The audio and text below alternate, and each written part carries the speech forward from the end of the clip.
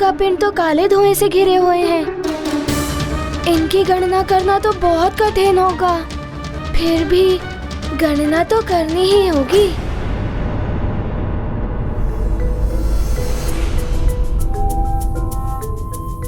ये हुआ 18 कोटि 61 लक्ष 12 सहस्त्र 41वां उल्कापिंड।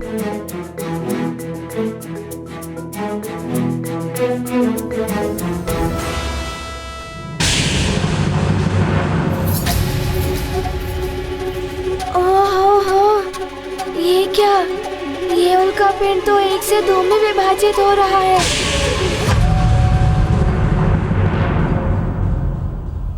तो अब ये 18 कोटि 61 लक्ष 12 सहस्त्र 41 नहीं हुए। नहीं, ये हुए 18 कोटि 61 लक्ष 12 सहस्त्र 42।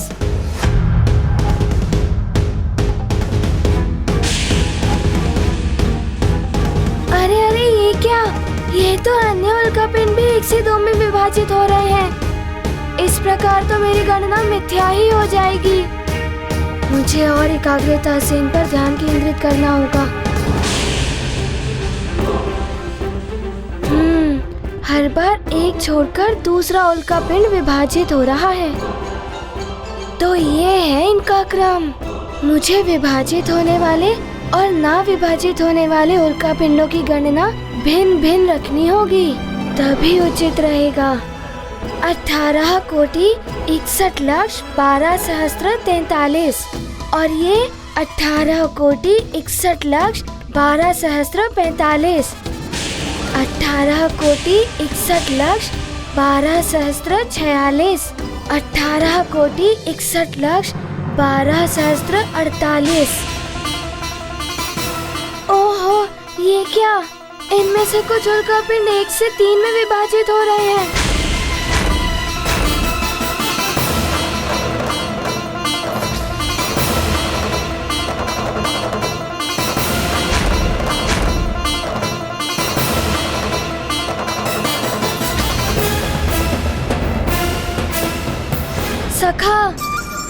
सखा, अब तुम्हें ही मेरी सहायता करनी होगी। जाओ और अपना पराक्रम दिखाओ। जाओ जाओ।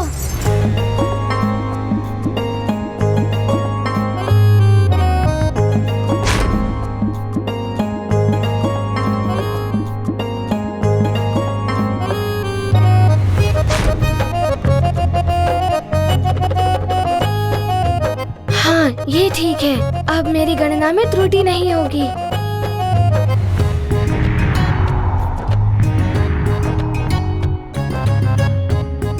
ये रहा 18 कोटि 61 लक्ष 12 सहस्त्र 49। 18 कोटि 61 लक्ष 12 सहस्त्र 50।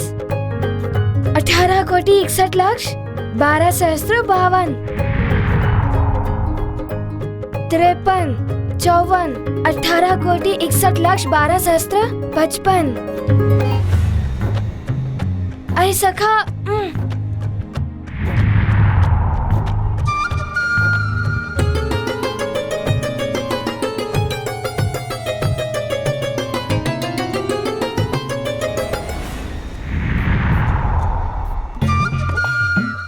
सखा,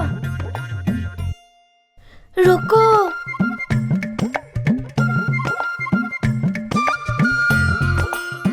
हाँ सखा, कुछ क्षण रुक भी जाओ। ये गाथा महाबली हनुमत की, रुचिकर लीला राम भगत की। जय जय जय रघुनंदन राम, जय जय जय महाबली हनुमान।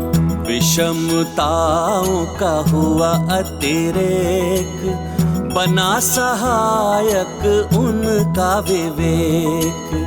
हनुमत में बुद्धि बल संचित, होंगे नहीं कभी पराजित। कठिनाई में धीरज धर के, हनुमत युक्ति से विचार करते। उल्काओं के हैं 3 प्रकार, करते गणना उनके अनुसार। ये गाथा महाबली हनुमत की, रुचिकर लीला राम भगत की। जय जय जय रघुनंदन राम, जय जय जय महाबली हनुमान।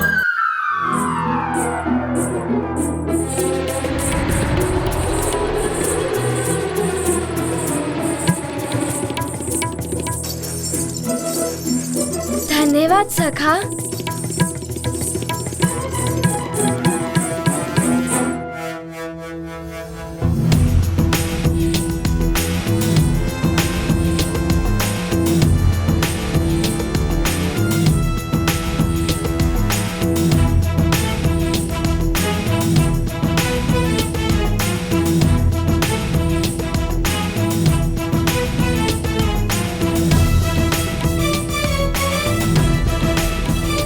हनुमान परिक्रमा पूरी करके आ रहा है। प्रणाम गुरुदेव। गुरुदेव, आपने जो बताया था मैंने कार्य पूर्ण कर लिया है। अच्छा, पूर्ण तो किया, किंतु सफलता के साथ? हाँ गुरुदेव, पात्र में से एक बूंद भी जल नीचे नहीं गिरा और उल्का पिंडों की गणना भी होती रही। अरुण देव, आप प्रतिदिन मेरे सारथी के रूप में मेरे साथ पूरी सृष्टि की परिक्रमा करते हैं। मार्ग में जितने भी उल्का पिंड आते हैं उनका आकलन, उनकी वास्तविक संख्या का तो ज्ञात है ना आपको? आपको हनुमान के उत्तर की सत्यता प्रमाणित करनी होगी। हनुमान, तुमने जो उल्का पिंडों की गणना की उनकी संख्या बताओ। 1,06,33 उल्काएं। नहीं हनुमान, तुमने सही प्रकार से गणना नहीं की। उल्का संख्या हनुमत ने सुनाई, अरुण देव ने अनुचित बतलाई। नहीं होंगे हनुमत असफल, कठिन श्रम होता नहीं निष्फल। क्षमा कीजिए देव, पहले मेरी पूरी बात तो सुनिए। मैंने तो अभी आपको पूरी गणना तो बताई ही नहीं है। ये तो मात्र वो उल्का पिंड है जो 1 से 3 में विभाजित हुए थे। इनके अतिरिक्त 2,14,14,334 वो उल्का पिंड थे जो 1 में से 2 विभाजित हुए थे। इस प्रकार कुल मिलाकर 24,66,13,636 उल्का पिंड थे। अरुण देव, बताइए, क्या हनुमान की गणना ठीक है? हे प्रभु, मेरी गणना ठीक हो, कहीं मुझसे कोई त्रुटि ना हो गई हो।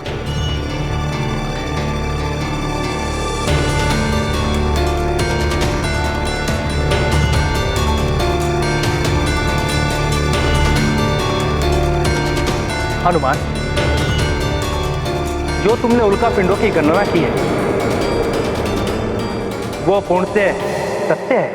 प्रत्येक पक्ष का रखा ध्यान, हनुमत ने किया उचित समाधान। कितना भी होता साध्य, बुद्धि से पूर्ण होता कार्य। ये गाथा महाबली हनुमत की, रुचिकर लीला राम भगत की। जय जय जय रघुनंदन राम, जय जय जय महाबली हनुमान। वत्स हनुमान, तुमने विपरीत परिस्थितियों में एकाग्रता का उच्च स्तर प्राप्त कर लिया। प्रणाम गुरुदेव। ये सब आपके गुरु ज्ञान के कारण ही संभव हुआ है और इसके लिए आपको नमन।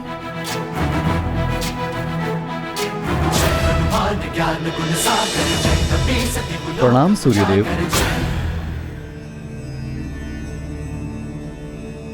प्रणाम। कीर्तिवान भवा पुत्र हनुमान। आप यहाँ? देवराज इंद्र की ओर से कोई संदेश है?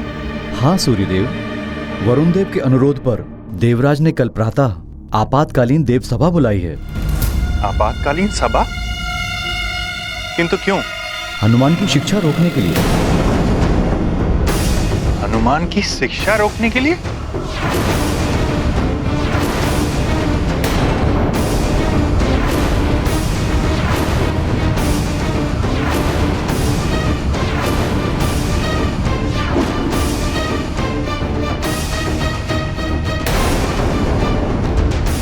अब पुनः व्यवधान। मेरी शिक्षा पूर्ण हो भी पाएगी या नहीं? मुझे मात्र 7 दिवस में शिक्षा पूर्ण करनी है। अब कैसे पूर्ण होगी मेरी शिक्षा? ऐसा कैसे कर सकता है कोई देव? सूर्यदेव, मुझे आज्ञा दें। प्रणाम। गुरुदेव, आपके द्वारा ली गई परीक्षा में मैं उत्तीर्ण रहा हूँ। फिर कोई कैसे मेरी शिक्षा को रोक सकता है?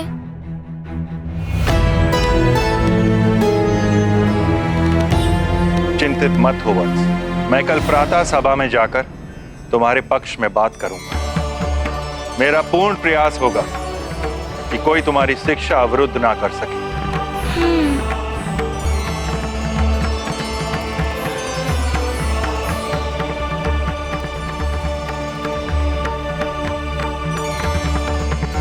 संध्या काल हो गया है हनुमान। तुम्हारी आज की शिक्षा पूर्ण हुई। अब कल प्रातः देव सभा से लौटकर तुम्हारी आगे की शिक्षा आरंभ होगी। मुझे स्वयं ज्ञात नहीं पुत्र कि ये क्या हो रहा है। प्रणाम गुरुदेव।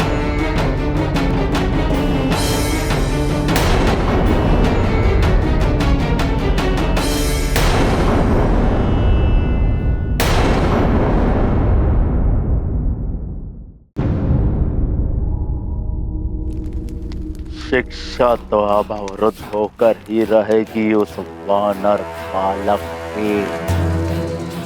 राहु ने वरुण देव के ऊपर अपनी छाया का ऐसा प्रभाव डाला है कि उसकी तो मति ही फिर गई है। आप वरुण देव अब स्वयं मेरा कार्य करेंगे।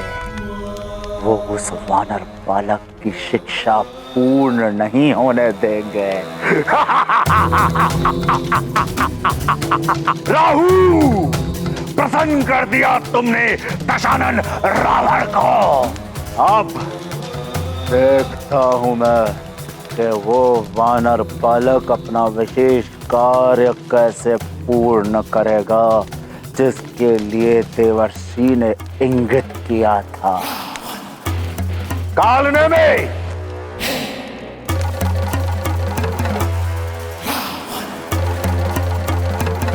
वज्रासुर के बारे में कोई सूचना मिली है कि नहीं? वो सुमेरु के बालकों को लेकर दंडक वन पहुंचा है कि नहीं? वज्रासुर अभी तक सुमेरु से दंडक वन नहीं पहुंचा है। क्या अभी तक नहीं पहुंचा? इतना समय क्यों लग रहा है?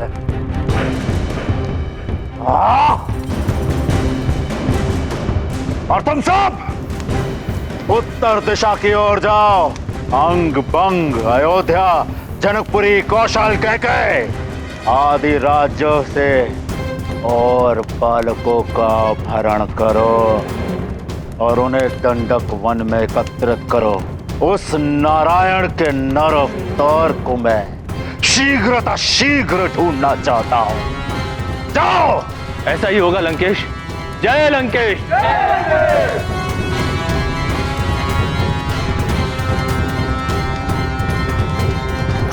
जितनी ही शीघ्रता से मैं उसे अपने हाथों से मृत्यु दूंगा,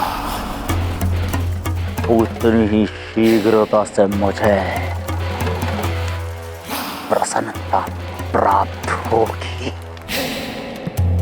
मनुष्य के रूप में जन्म लेकर तो स्वयं नारायण भी मृत्यु लोक के उस विधान से बंध गए हैं कि जो भी कुक्षी से जन्म लेता है उसकी एक ना एक दिन तो मृत्यु होती ही है। और भविष्य में निर्मित होने वाली स्थितियां ऐसी बन रही हैं कि श्री राम पर रावण के द्वारा घोर संकट की छाया दिखाई दे रही है। आपका कथन सत्य है देवी। स्वामी, श्री राम पर आए हुए इस संकट से हनुमान ही उन्हें बचा सकते हैं, किंतु वरुण देव हनुमान के लिए बाधा उत्पन्न कर रहे हैं। वरुण देव को यह समझना चाहिए देवी,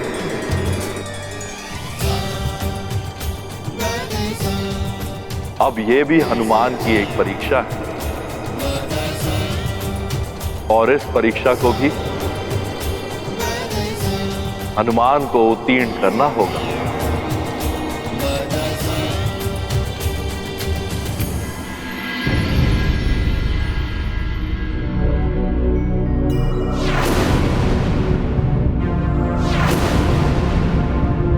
मेरी शिक्षा के लिए माँ और पिताश्री तो अधीर हैं ही, किंतु जिनके लिए मेरा जन्म हुआ है उनसे मिलने का उद्देश्य कैसे पूर्ण होगा मेरी शिक्षा की पूर्णता के बिना।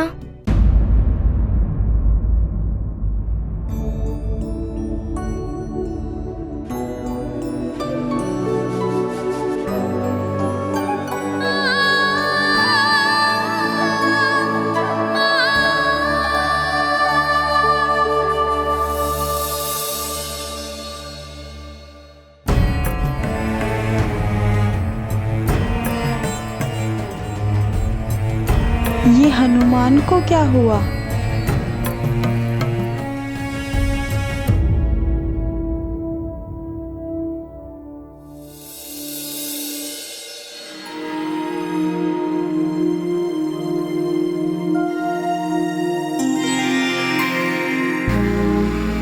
प्रणाम गुरु माता।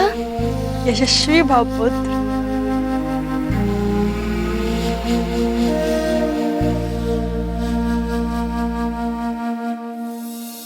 देव सभा के बारे में सोच रहे हो पुत्र,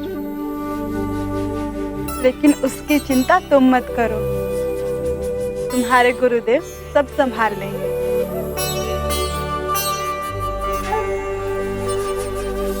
मैं देख रही हूँ तुमने भोजन भी नहीं किया। ये लो लड्डू खाओ। नहीं, मुझे खाने की इच्छा नहीं है। यदि मेरे स्थान पर तुम्हारी माता अंजना होती तो क्या फिर भी तुम यही कहते?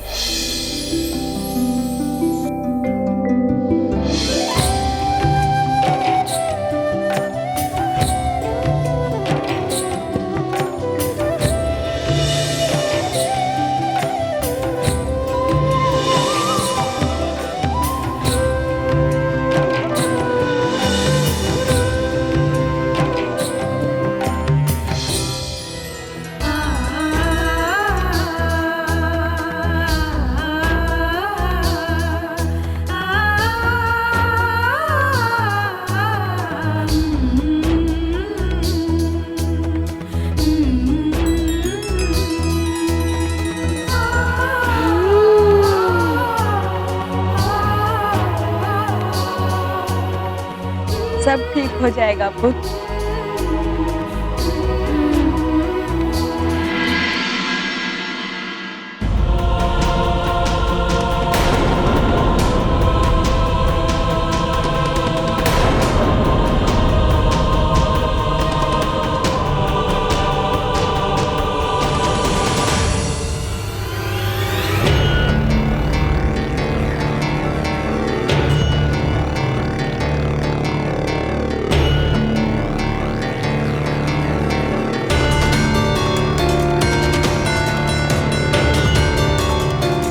ना जाने क्या हुआ होगा देव सभा में।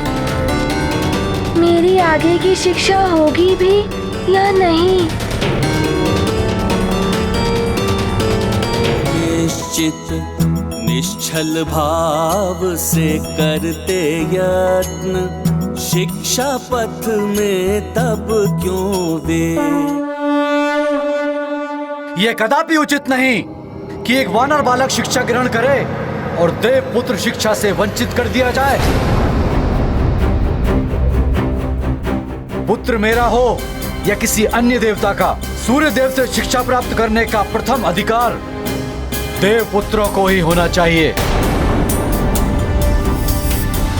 किंतु सूर्य देव पक्षपात करते हुए एक वानर बालक को वरीयता देकर उसे शिक्षा दे रहे हैं। वरुण देव, हनुमान कोई साधारण वानर बालक नहीं, रुद्रांश है। ज्ञात है मुझे, किंतु सत्य तो यही है कि वो है तो एक वानर बालक ही, और वानर बालक से पूर्व वरीयता देवपुत्र को मिलनी चाहिए। आप सब भी स्मरण रखिए, यदि सूर्यदेव मेरे पुत्र को शिक्षा नहीं देंगे तो हनुमान की शिक्षा किसी भी प्रकार से पूर्ण नहीं होने दूंगा मैं। वरुण देव, आप चुनौती दे रहे हैं मुझे? हाँ,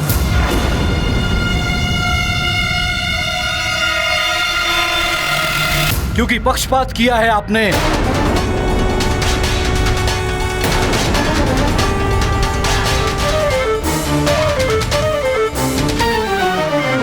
नारायण नारायण, जब राहु शीश पर सवार हो तो मति ऐसे ही भ्रष्ट हो जाती है जैसे वरुण देव की हुई है। उन्हें तो स्वयं ही ज्ञात नहीं है कि वो क्या बोल रहे हैं। राहु उनके शीश पर चढ़कर उनसे बुलवा रहा है। नारायण नारायण। वरुण देव, ये मिथ्या आरोप है मुझ पर। मैं सूर्य कभी किसी के साथ पक्षपात नहीं करता। सूर्य लोक में जो भी बालक शिष्य बनने आता है उन सब की परीक्षा ली जाती है। यदि आपका पुत्र गव योग्य होता तो उसे हनुमान से पूर्व शिक्षा दी जाती और हनुमान को अन्य छात्रों की तरह गव की शिक्षा को पूर्ण होने तक की प्रतीक्षा करनी पड़ती। वरुण देव, आज तक मेरे न्याय पर किसी ने भी प्रश्न नहीं उठाया है।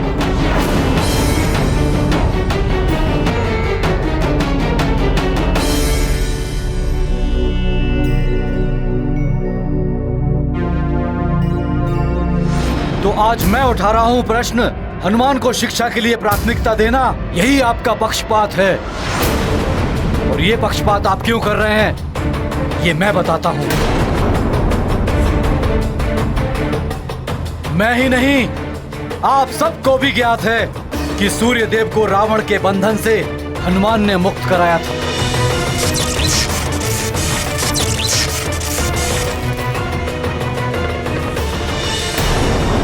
उस उपकार का प्रतिफल चुकाया गया है हनुमान को शिष्य बनाकर। ये पक्षपात नहीं तो और क्या है? वरुण देव, आप अमर्यादित व्यवहार कर रहे हैं जो देव सभा के अनुकूल नहीं है। वरुण देव, शिक्षा तो मेरे पुत्र जयंत की भी स्थगित है, किंतु मुझे तो इसमें कोई आपत्ति नहीं है। आपको आपत्ति होनी चाहिए। सूर्य देव का गुरुकुल देवों का गुरुकुल है, जिसमें शिक्षा प्राप्त करने के लिए देव पुत्रों को किसी भी प्रकार की परीक्षा की आवश्यकता नहीं होनी चाहिए थी। योग्यता का मापदंड गुरु और शिष्य दोनों के लिए आवश्यक है, इसीलिए परीक्षा का विधान है ये। मुझे तो ये भी ज्ञात नहीं ऐसी कौन सी परीक्षा ली आपने मेरे पुत्र की जिसमें उसे आपने अयोग्य घोषित कर दिया। मेरे समक्ष तो ली नहीं आपने परीक्षा।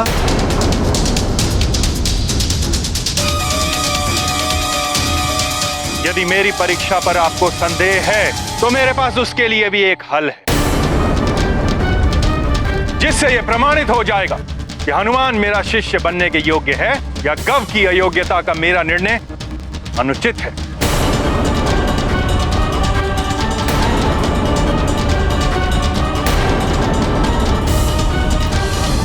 उत्तम, अति उत्तम। बड़ा ही शुभ समाचार लेकर आए हो राहु। बस दशानन, किसी भी प्रकार इस प्रतिस्पर्धा में उस बानर को परास्त कराना है। जानता हूं, उस वानर की पराजय ही हमारे विजय का मार्ग प्रशस्त करेगी। और तब सूर्यदेव अपने वचन के अनुसार उस बालक को शिक्षा नहीं देंगे।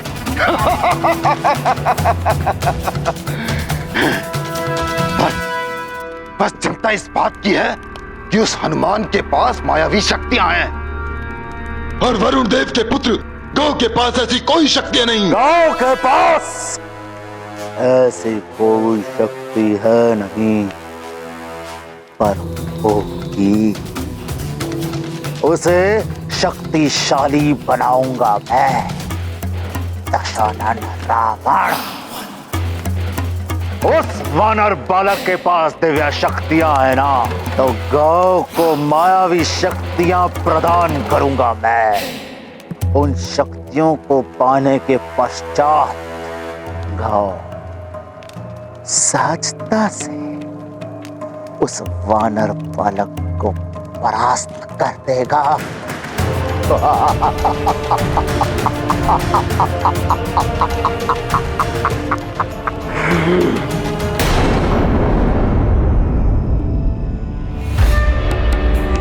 गुरुदेव,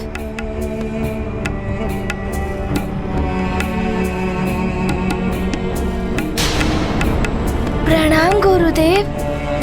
गुरुदेव, क्या निर्णय हुआ देव सभा में? क्या आप मुझे शिक्षा प्रदान करेंगे ना? पुत्र, तुम्हारी शिक्षा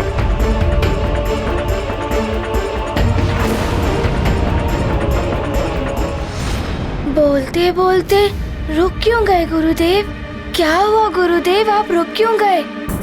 कहिए ना, मेरी शिक्षा पूर्ण होगी या नहीं? अब तुम्हारी आगे की शिक्षा तुम्हारे अपने ही हाथ में है वत्स। मेरे हाथ में? मैं कुछ समझा नहीं गुरुदेव। हनुमान, देव सभा में ये निर्णय हुआ है कि समस्त देवताओं के समक्ष तुम्हारे और वरुण देव के पुत्र गव के मध्य प्रतिस्पर्धा होगी। जो भी इस स्पर्धा में विजयी होगा वही मेरा शिष्य होगा। ये स्पर्धा आज ही होनी है पुत्र। क्या तुम प्रस्तुत हो इस स्पर्धा के लिए?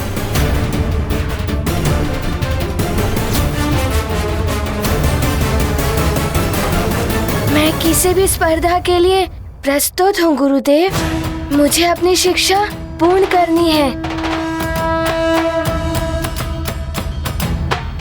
तुम्हारी भावना सराहनीय है पुत्र। मेरा आशीर्वाद तुम्हारे साथ है। प्रणाम गुरुदेव। सभा निर्णय से हुए अवगत, स्पर्धा प्रस्ताव से सहमत। अपनी क्षमता में रख विश्वास, शुद्ध मन से करेंगे प्रयास। प्रत्येक परीक्षा हेतु प्रस्तुत, ज्ञानार्जन को पूर्ण समर्पित। हनुमत हो स्वयं पर निर्भर, उद्देश्य प्राप्ति को है तत्पर। गौ, ध्यान रहे, युद्ध हो या प्रतिस्पर्धा, विजय परम लक्ष्य होता है। विजय शक्ति से प्राप्त हो या युक्ति से। मैं तुम्हें युक्ति की जितनी शक्तियां प्रदान कर सकता था, मैंने तुम्हें प्रदान की हैं पुत्र।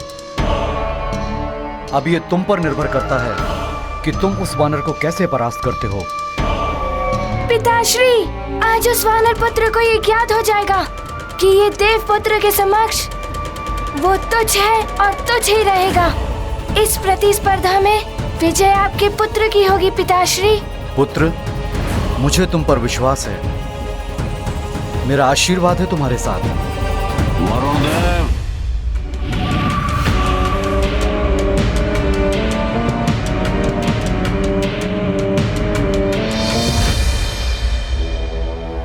ये रावण यहां भी आ गया।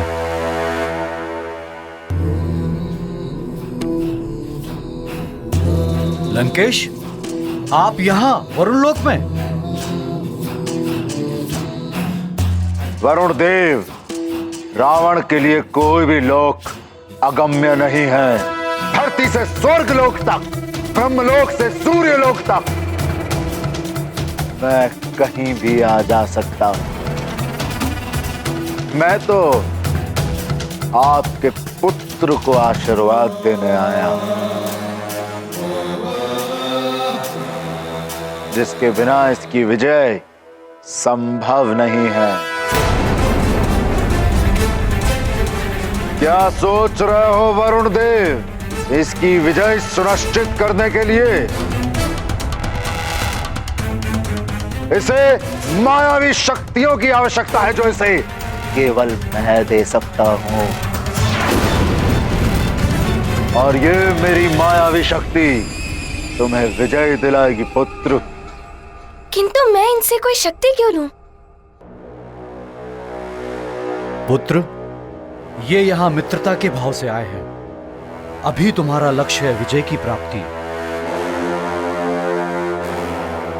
लंकेश, रावण का भी आशीर्वाद तुम्हारे साथ रहेगा पुत्र गव, जिसके बिना तुम्हारी विजय असंभव है। प्रणाम लंकेश।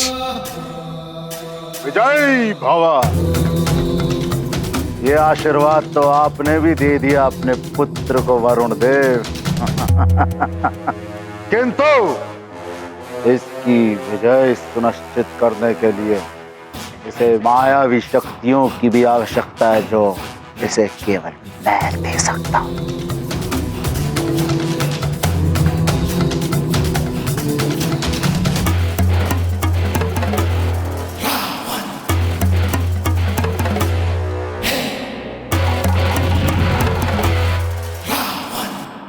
ये लोग अब यही है मायावी मुद्रिका। इस मुद्रिका की मायावी शक्तियां तुम्हारी विजय सुनिश्चित करेगी पुत्र। ले लो।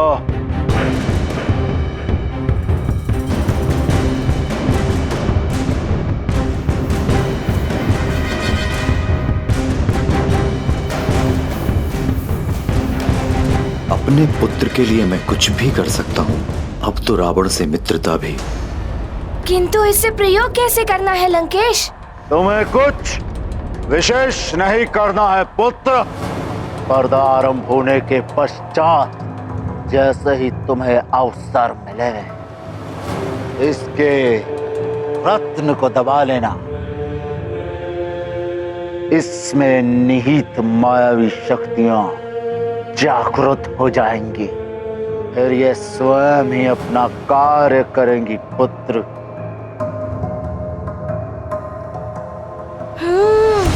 मायावी शक्ति पिताश्री, अब तो विजय मेरी ही होगी।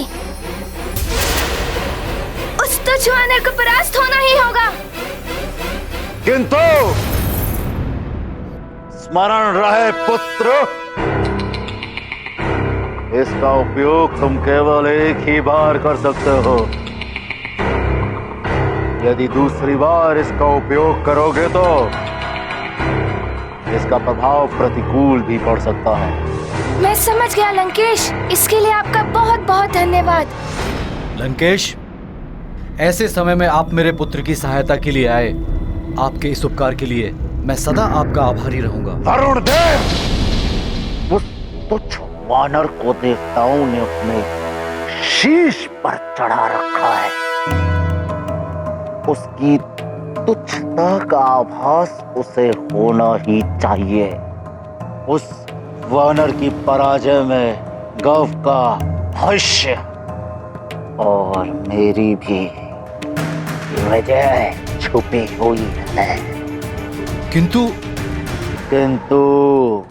किंतु क्या लंकेश?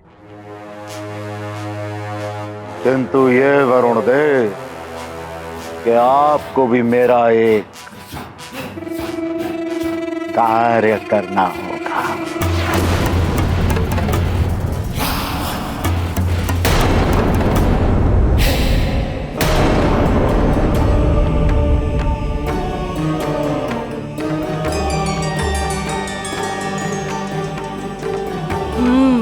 हम भी तो देखें हनुमान और गव के मध्य कौन सी स्पर्धा होने वाली है। ये वरुण देव कहाँ रह गए? अभी तक तो उन्हें अपने पुत्र को लेकर आ जाना चाहिए।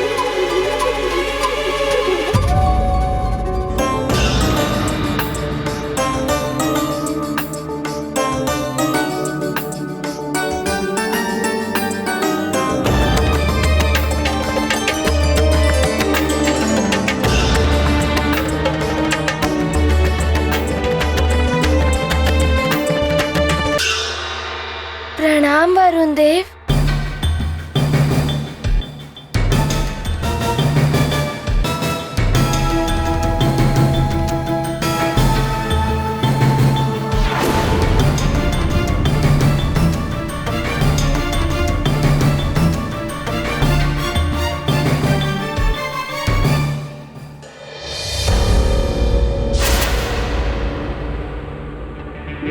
मेरा अमोघ अस्त्र, इससे तुम स्वयं को रक्षित नहीं कर पाओगे हनुमान।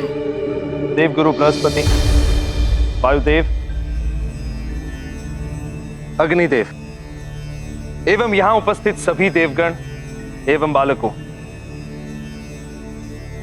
आज आप सबके समक्ष एक स्पर्धा होगी हनुमान और गव के मध्य,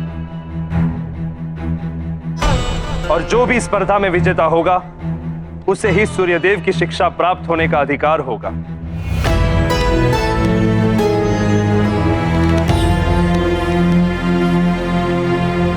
और जो भी इस स्पर्धा में परास्त होगा उसे सूर्यदेव अपनी शिक्षा प्रदान नहीं करेंगे।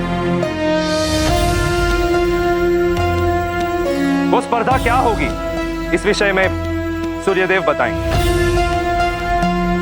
क्षमा करें देवराज, मेरा सुझाव है कोई बड़ी और कठिन प्रतिस्पर्धा होनी चाहिए। कुछ ऐसा जिससे कि हनुमान और गव की शक्ति, युक्ति एवं बुद्धि चातुर्य की परीक्षा हो सके।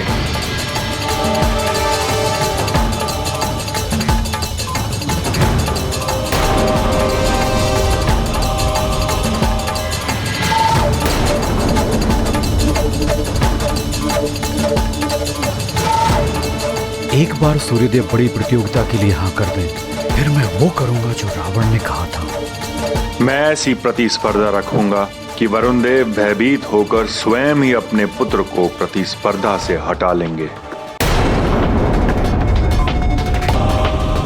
उचित है।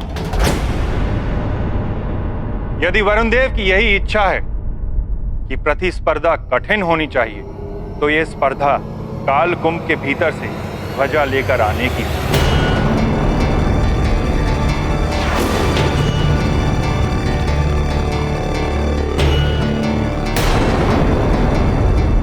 सूर्यदेव, आज तक कालकुंभ से कोई भी ध्वजा लेकर बाहर नहीं आ पाया,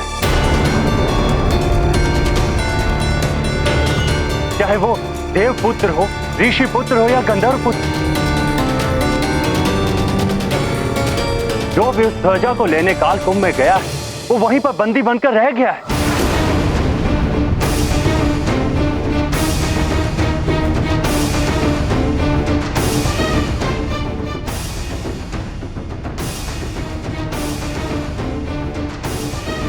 कालकुंभ की रक्षा करने वाले सैनिक भी महायोद्धा हैं। उन्हें परास्त कर कालकुंभ में प्रवेश करना सहज नहीं है सूर्यदेव। प्रतिस्पर्धा का कोई अन्य मापदंड निर्धारित कीजिए। अग्निदेव, वायुदेव, वरुण देव की ये इच्छा है कि ये प्रतिस्पर्धा कठिन हो और कालकुंभ से ध्वजा लेकर आना बड़ी और कठिन स्पर्धा है। हाँ, यदि हनुमान या गव को इस कालकुंभ में जाने से भय लगता है, तो वो अपनी पराजय स्वीकार करके प्रतिस्पर्धा को समाप्त करा सकते हैं।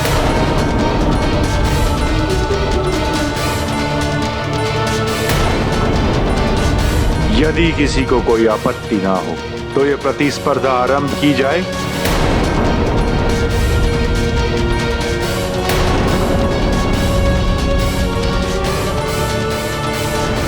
कालकुंभ विशेष शक्तियों से युक्त एक मायावी कमल है, जिसे समुद्र देव ने विशेष रूप से मुझे भेंट किया था। असीमित क्षमता वाला छात्र ही इस परीक्षा में सफल हो सकता है। जो छात्र काल कुंभ की रक्षा कर रहे सैनिकों को परास्त करता हुआ काल कुंभ में जाकर ध्वजा लेकर न्यूनतम समय में बाहर आ सके,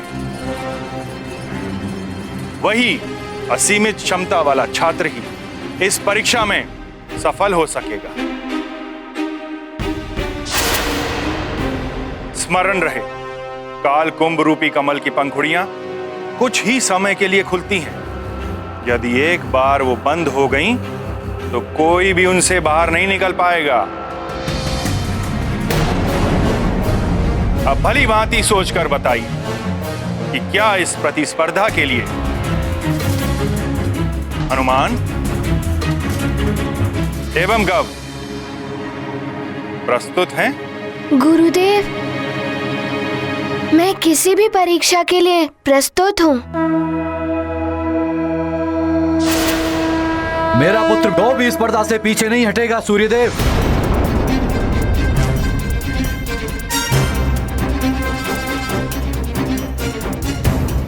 किंतु क्या वरुण देव?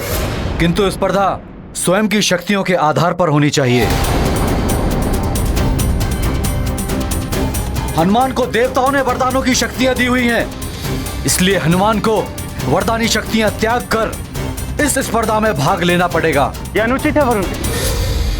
हनुमान और गौ के पास जो भी शक्तियां इस समय हैं, उन्हें वैसे ही रहने दिया जाए।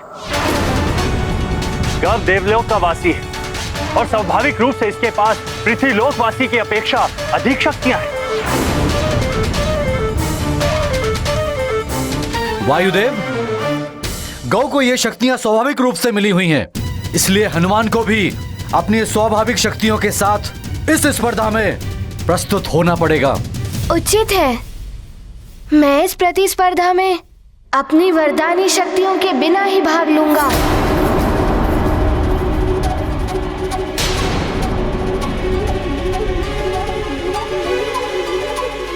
आज्ञा दें गुरुदेव। मैं समस्त देवी देवताओं को प्रणाम करते हुए ये शपथ लेता हूँ,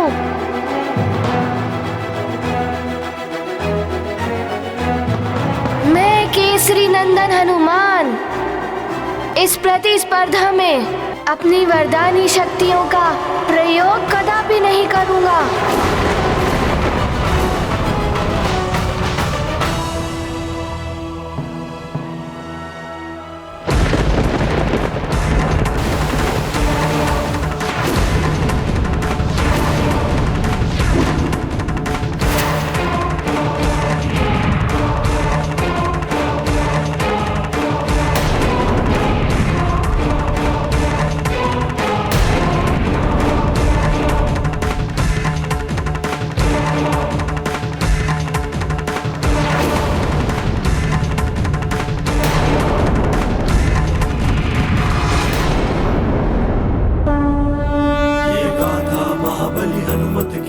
रुचिकर लीला राम भगत की। जय जय जय रघुनंदन राम, जय जय जय महाबली हनुमान।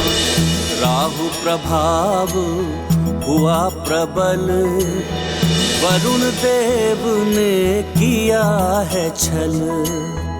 हरि सभा में किया घोषित, हनुमत में शक्तियां संचित। न्याय संगत हनुमत मार्ग, करते वरदानी शक्तियों का त्याग। अद्भुत आभा हुई प्रदर्शित, सर्व ब्रह्मांड हुआ प्रकाशित। ये गाथा महाबली हनुमत की, रुचिकर लीला राम भगत की। जय जय जय रघुनंदन राम, जय जय जय महाबली हनुमान। हनुमान, गव, यही है काल कुंभ का क्षेत्र।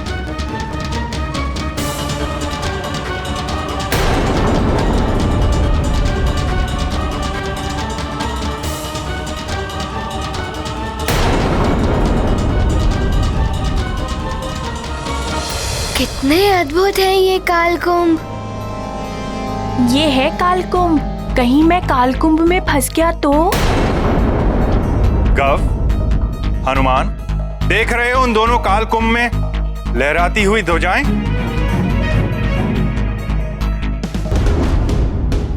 तुम दोनों को अलग अलग कुंभ में जाकर ध्वजा को लेकर आना है। जो सर्वप्रथम ध्वजा लेकर आएगा वही होगा मुझसे शिक्षा प्राप्त करने का अधिकारी। हनुमान, तुम उस कुंभ की ओर, गव, तुम उस कुंभ की ओर प्रस्थान करोगे।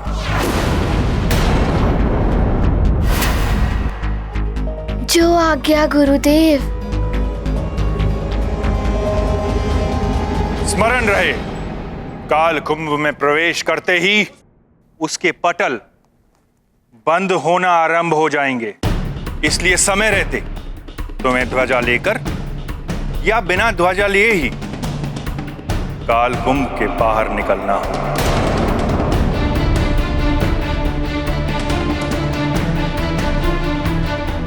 अन्यथा पटल बंद होने के पश्चात उसे मैं भी नहीं खोल सकता। जिस प्रकार अन्य कुंभों में देववीर, ऋषिवीर और यक्षवीर बंदी हैं,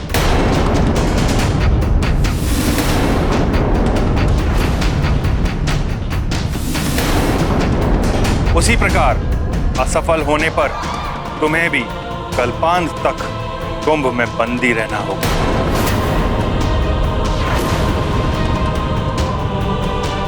मेरी इस बात को हर क्षण स्मरण रखना। मैं स्मरण रखूंगा गुरुदेव। मैं भी स्मरण रखूंगा। यही नहीं, काल कुंभ तक पहुंचने से पूर्व तुम्हें काल कुंभ के रक्षक योद्धाओं का सामना करना होगा।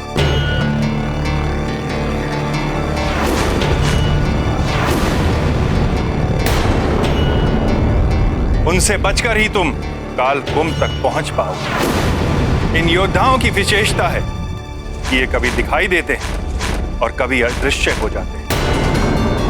इसलिए तुम दोनों को बहुत सावधान रहना होगा।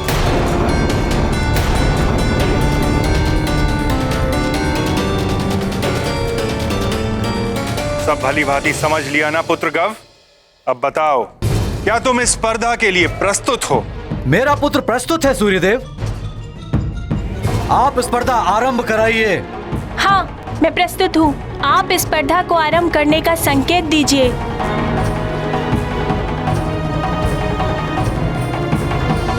प्रतिस्पर्धा के पूर्व मैं अपने गुरुदेव के चरणों में प्रणाम करता हूँ।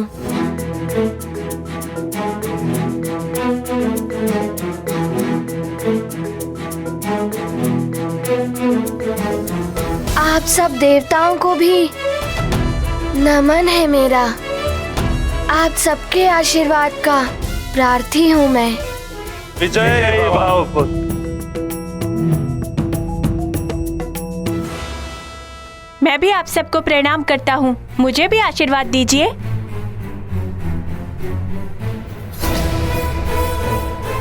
सफलता तुम्हें ही मिलेगी गाओ।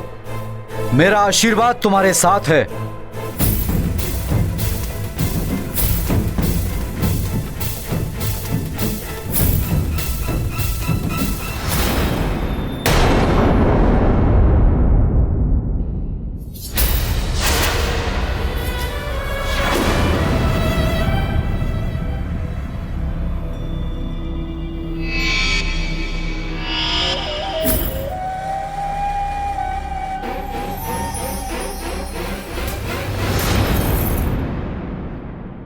इन योद्धाओं का सामना सतर्कता से करना होगा मुझे। इनके बार बार अदृश्य होने से इनकी स्थिति के बारे में जानना कठिन लग रहा है।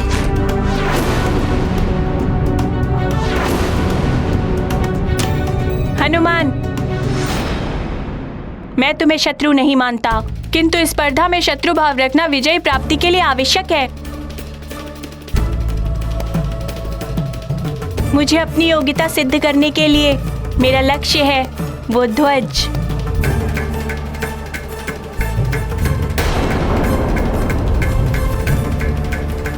परंतु मैं कुछ सिद्ध नहीं करना चाहता।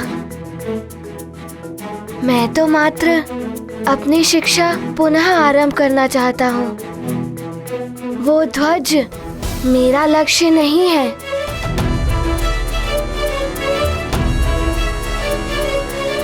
गुरुदेव से शिक्षा प्राप्ति ही मेरा लक्ष्य है।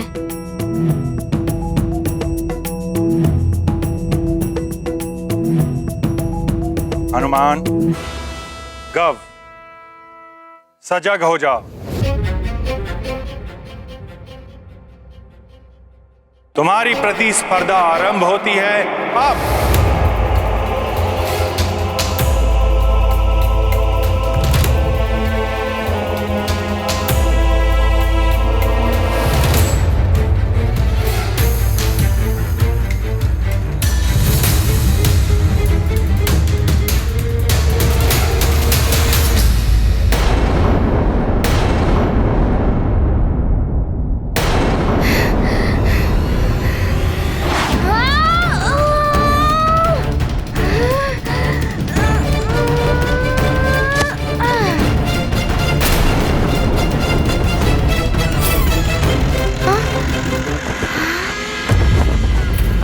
ये उस ओर क्यों जा रहा है हनुमान?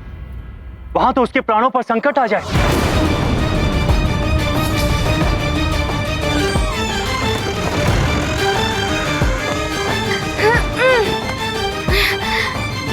और कोई देवता भी वहां जाकर उसको नहीं बचा पाएगा।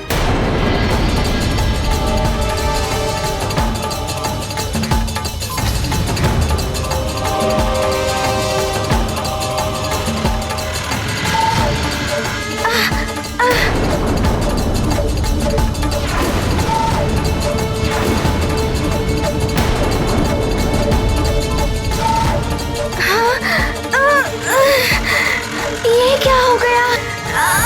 मैं तो हिल भी नहीं पा रहा हूँ।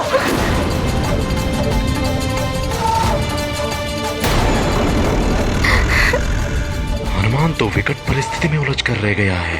परीक्षा में सफल होना तो दूर, ये यहाँ से निकल भी नहीं पाएगा। किसी से मिलन का इसके जीवन का उद्देश्य ही नहीं। इसका जीवन भी संकट में है अब।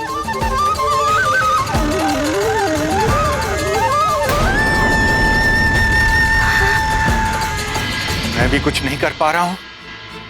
कैसे रक्षा करूं मैं तुम्हारी, हनुमान? ये क्या? ये तो मेरे समीप आ रहे हैं।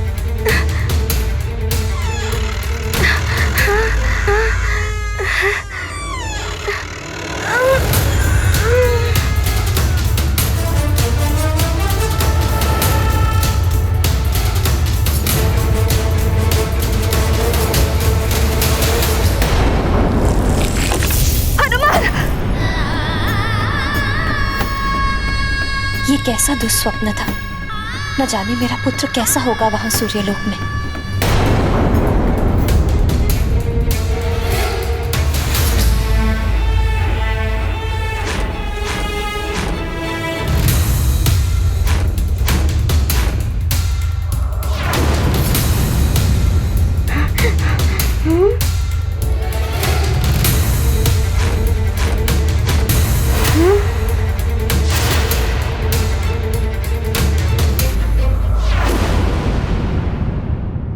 तुम्हें जो सामने पारदर्शी पंखड़ी दिखाई दे रही है, काल कुंभ योद्धाओं का क्षेत्र वहीं से आरंभ होता है।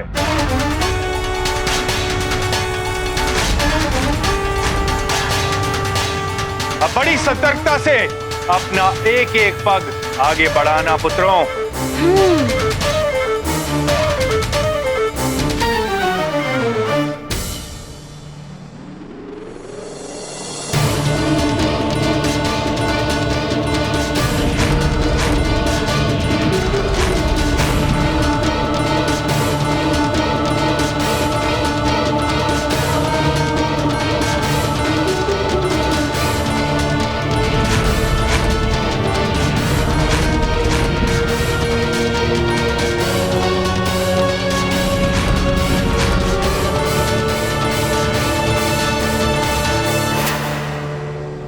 योद्धाओं की स्थिति तो समझ में ही नहीं आ रही है कि ये कब कहाँ है। देखता हूँ।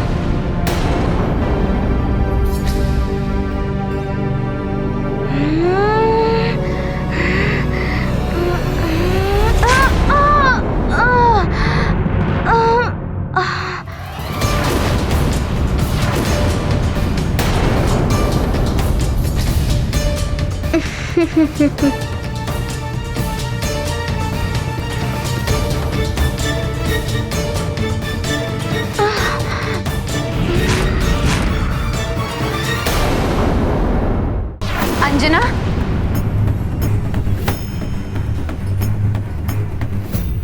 क्या हुआ पुत्री? दुस्वप्न देखा। मैंने देखा कि हनुमान काल कुंभ में बंद है। मेरा लाल संकट में है।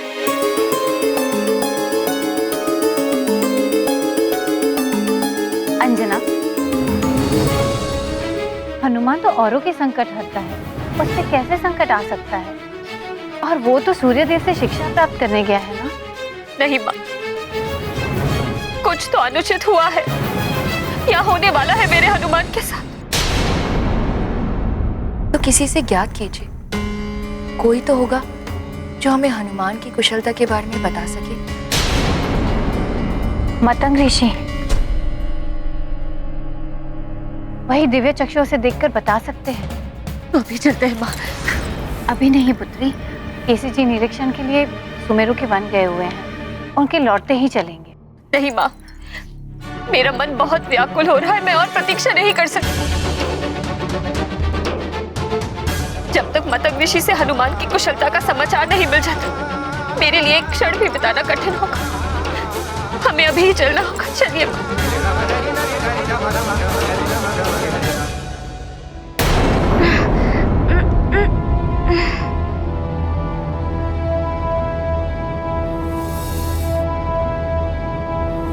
त्याग करना होगा सूर्यदेव को अपने प्रिय शिष्य हनुमान का। स्वीकार करना होगा इन्हें, मेरे पुत्र गौ को अपने शिष्य के रूप में।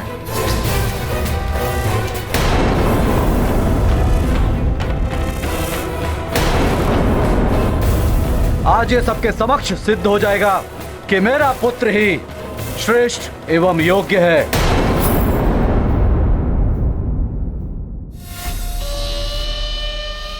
हनुमान की भांति अपनी दुर्दशा कराने नहीं आया हूँ मैं। अवसर देखकर इस मुद्रिका का प्रयोग करूंगा मैं और प्रवेश कर जाऊंगा काल कुंभ में।